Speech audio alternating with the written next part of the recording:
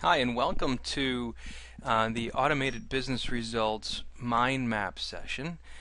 Today we're going to take you through this crazy spaghetti-like looking mind map. So this is more than anything else, I guess, my mind, Richard James's mind, on how a business should run, specifically through automation. So this is a service business that uses appointments and schedules consultations and what happens when those consultations are set. So let's walk you through this. So we can see that we have here a new prospect. And when a new prospect comes in, and we're not talking necessarily about where they came from, but we are talking about the fact that they just came into your funnel. When they come into your funnel, a couple of things happen. One, they might have been a bad lead, and if they were a bad lead, we just want to enter them into the web form and identify them so they're in the system so the phone call can be tracked and we don't wonder why that phone call fell off. It could be that the initial consultation wasn't set so that they were qualified, but they didn't set an initial consultation. In that case, we're going to start follow-up sequence number 2. We'll get into the follow-up sequences in just a minute. If we look at book only, what that means is they were interested and qualified, but they called in because they reached you via one of your advertising mediums that was talking only about getting a free book, and so they didn't want to set a consultation. They just wanted their free book. If that's the case, we're going to start follow-up sequence number 1. If they scheduled an appointment, that's a great thing, and we're going to want to start the follow-up sequence number 3. And if they scheduled a phone appointment, again, we're going to start a separate follow-up sequence. So let's talk about the follow-up sequences. So for initial consultation not set, what's going to happen? Well, here's our options. So follow-up sequence number 2, what happens is we identify the case type. So depending on the type of practice that you're in, we talk about what kind of case type. If it's bankruptcy, if it's divorce with children, custody, if it's some other type of case type, that we're going to have generic language so that we make sure we send out the right communication specific to the right type of case. We're going to send them what we consider our shock and awe package, and we can outline what a shock and awe package is sometime in the future. You can see a video that I have online of what a shock and awe package could be. But basically this is where we're going to send them something in the mail that's going to further set up the credibility of who you are as a firm, why you're different, and why they should hire you over anybody else. Then we're going to create a no IC set opportunity. So this is an opportunity for the phone person to pick up the phone and call, because we're basically saying this is a qualified person, but they just didn't set an appointment today. And again, this is important. This is the no's. So no, I don't want to set an appointment. And so this phone person is going to automatically start talking to them about this shock and awe package and what was in it and why, they should pay attention to it if they hadn't already, and answer any questions they might have about it. We're going to send a standard double opt-in email, so we're going to make sure they're in our system following basic email principles. We're going to start case-specific no IC emails, so that again is based on this case type. We're going to send out emails that are very specific to them, and some are generic. It's just about the fact that they didn't set an appointment and why they should consider setting an appointment with you. But some of them are very specific to the type of case type that they have. Then we're going to talk about sending case-specific text messages. So this is going to be language about why they should think about coming into hiring your firm for the type of case that they communicated to you about. Text messaging is one of the most newest wave, modern day ways of making this communication happen, because the fact of the matter is people respond to text messages, and the open rate on text messages are much higher than emails. Now, we don't want to do one or the other. This is not an either or, it's a both and. And we use voice blasts. So although we have a person calling the person through this opportunity here, and in this opportunity, by the way, they're going to call them somewhere between 6 and 18 times. We have very specific voice blasts that can come from you, because you, the owner, we want to get you on the phone, but we really don't want you making phone calls. So we have you record a voice blast, and that just goes out talking to them more from a friendly perspective, not selling, just offering good quality information and inviting them to come in, because they would make the right decision by coming to see you because of the problems that you can solve or the pain that you can take away from them. Then we're going to tag them, and in our system we make sure we tag them new lead. It just helps us measure it. We tag them that they were a no IC set, and then we make sure we tag them with the proper case type. And the reason we set these tags is because these tags are important, and the reason they're important is because these are what let us know what we should do later. So most of the follow-up sequences are going to have all of these pieces to them, okay, and they're all going to be about the same. They change a little bit, but let's see what happens here if we when they don't set an appointment. Now let's say later on they don't set an appointment, and based on the follow-up sequences and them getting all of this stuff, they do set an appointment, okay? And they come over here to IC scheduled. Well, what happens is we're going to want to start the follow-up sequence number 3, and you can see that goes all the way around and down here to follow-up sequence number 3. All right, and here's the key. This first line. See, this says pause all other follow-up sequences.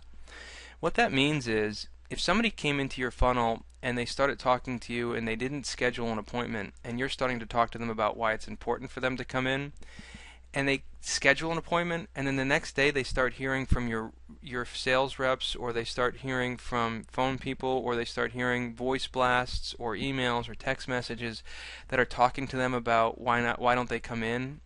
You look like a fool a little bit because you've got egg on your face, because they're saying, hey, I just scheduled you an appointment, why are you still communicating me like this? So what can be advantageous, if done incorrectly, can be detrimental. So we make sure that our system automatically stops all the other follow-up sequences, and that's a vital part of this system. Again, we talk about the IC set. If the shock and awe package wasn't sent already, if they didn't come from another answer of no, I don't want to set an appointment, or no, I don't want to show up, then we're going to send the shock and awe package. Again, we're going to create the opportunity so that we know there's a phone person can identify what happened. We're going to send out in this opportunity, we're going to send out a task that is an outcome task, and that's going to say what was the outcome of the case, and I'll show you that in a little bit. And then the rest of this is basically the same stuff. We're going to send out very specific specific messages. Now these are all about reminders, okay? And I think that's important. In the create an IC set opportunity, there's going to be phone calls that are going to go off live that are going to remind the person about their appointment. There are going to be text messages that are sent to the person to remind them about their appointment. There are going to be emails. By the way, the text message can have a bit.ly link to your Google pages so that you can have directions. There's going to be emails with directions to your office confirming the appointment. There's going to be a voice blast from somebody in the office or from you thanking them for setting an appointment.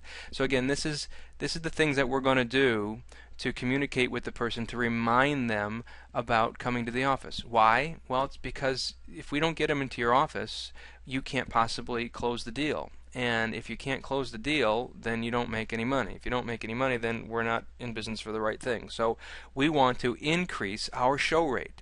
And the way that we increase our show rate is to automatically have all these things happen as soon as the appointment is set.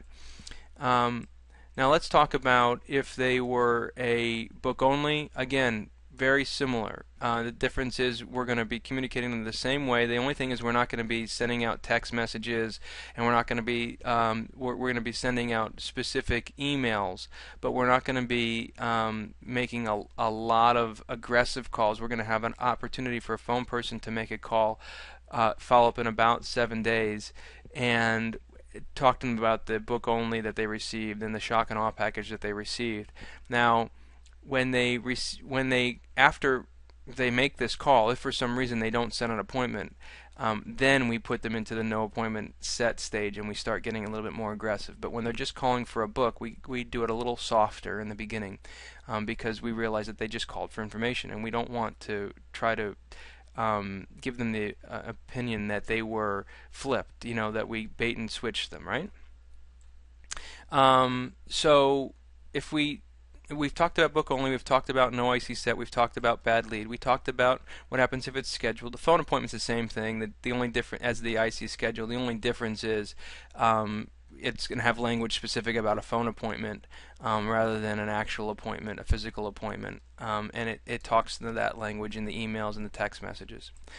The next important part is what was the outcome. So in a phone appointment or a scheduled appointment, there is very specific outcomes. Something happens. So either they cancel the appointment, in which case we're going to start talking to them very specifically. We're going to put them into follow-up sequence 2. Follow-up sequence 2, if you remember, was the no IC set. So we're starting to bring them back into the world of communication. We're going to stop the old follow-up sequences. We're going to start the new follow-up sequences. Okay, so we're going to start talking to them again why they should be coming to us. So if they canceled for whatever reason. If they rescheduled, we're going to be starting follow-up sequence number 3, which is really starting the scheduled follow-up sequence again. We're going to be sending them all of the reminder emails again. We're going to be sending their text messages again.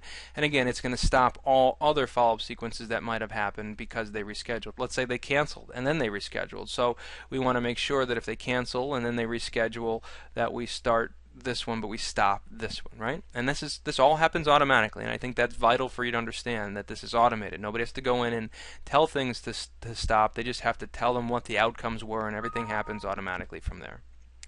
The next thing that could happen is that they could not show up. And if they don't show up, we're going to start very specific communication about why they want to show up. And again, this is going to look very similar to all of the other follow-up sequence. We're going to pause it, we're going to identify the case type, and we're going to move them into a phone sequence, and we're going to talk to them about text messages and emails and voice blasts again.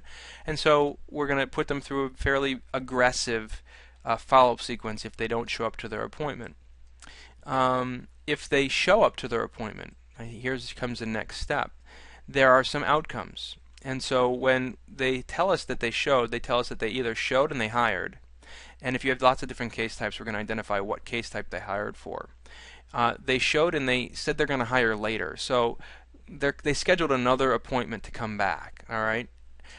If they didn't hire, there's going to be different language. So when you look at the hired sequence, this all depends. The hired sequence really all depends on. We're going to first and foremost stop all other follow-up sequences.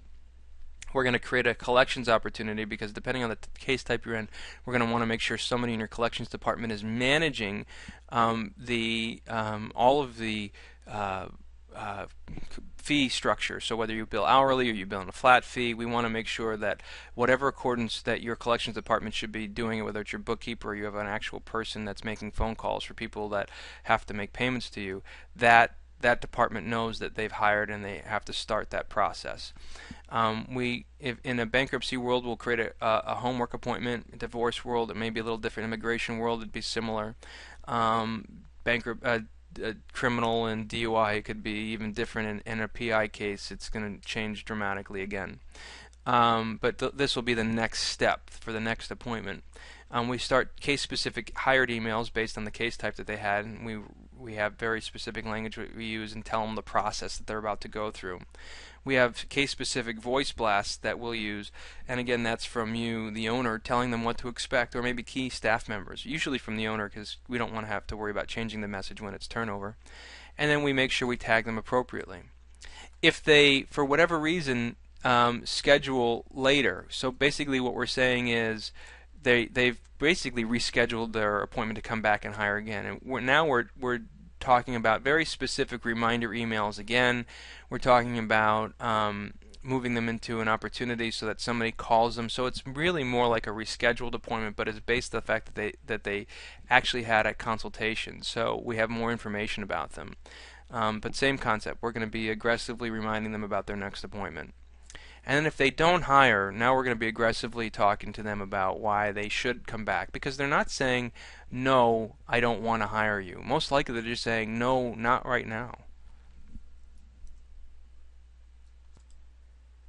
So the obvious outline here is that the principle is that we take care of all of the people that say no, right?